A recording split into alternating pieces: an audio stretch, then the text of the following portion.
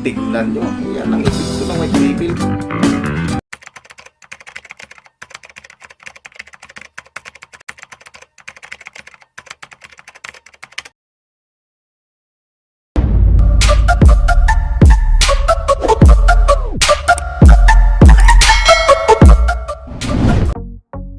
Yun, welcome back to my channel mga kagamba. Ito picture mga kagamba, yan panoorin nyo. Ayan mga kagamba, ang paglalabanin natin ngayon, isang brown saka yung itim na nanalo. Parehas nanalo ito. So paglalabanin natin yung parehas nanalo, parehas may lead pa ito ng white devil So titignan natin itong dalawa na ito kung malupit nga ang laban ito. Palagay ko malupit to kasi parehas panalo ito. Sa mga nakarang content natin, tingnan natin kung may epekto pa yung white devil nito ngayon. White devil ito mga ito mga kagamba. Ito panalo yan, nakadalawang panalo na yan. Ito isa. Tingnan natin kung magpapakita ng magandang laban.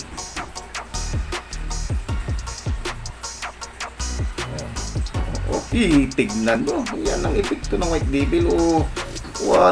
Nadali yung itim mga kagamba, pero parehas sila. Para silang nakagatan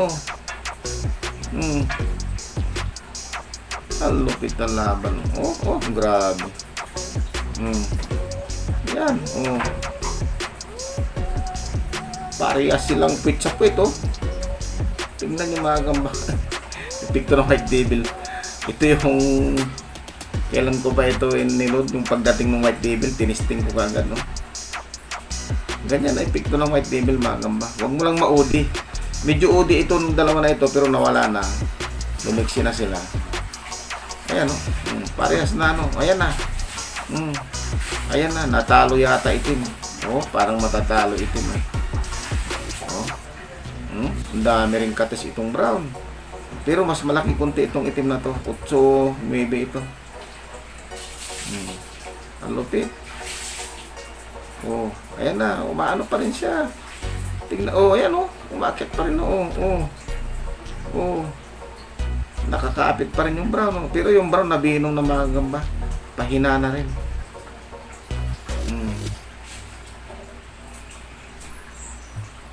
Ayan sabi ko sa inyo pahina na rin yung brown tingnan nyo. Ayan babalikan nyo.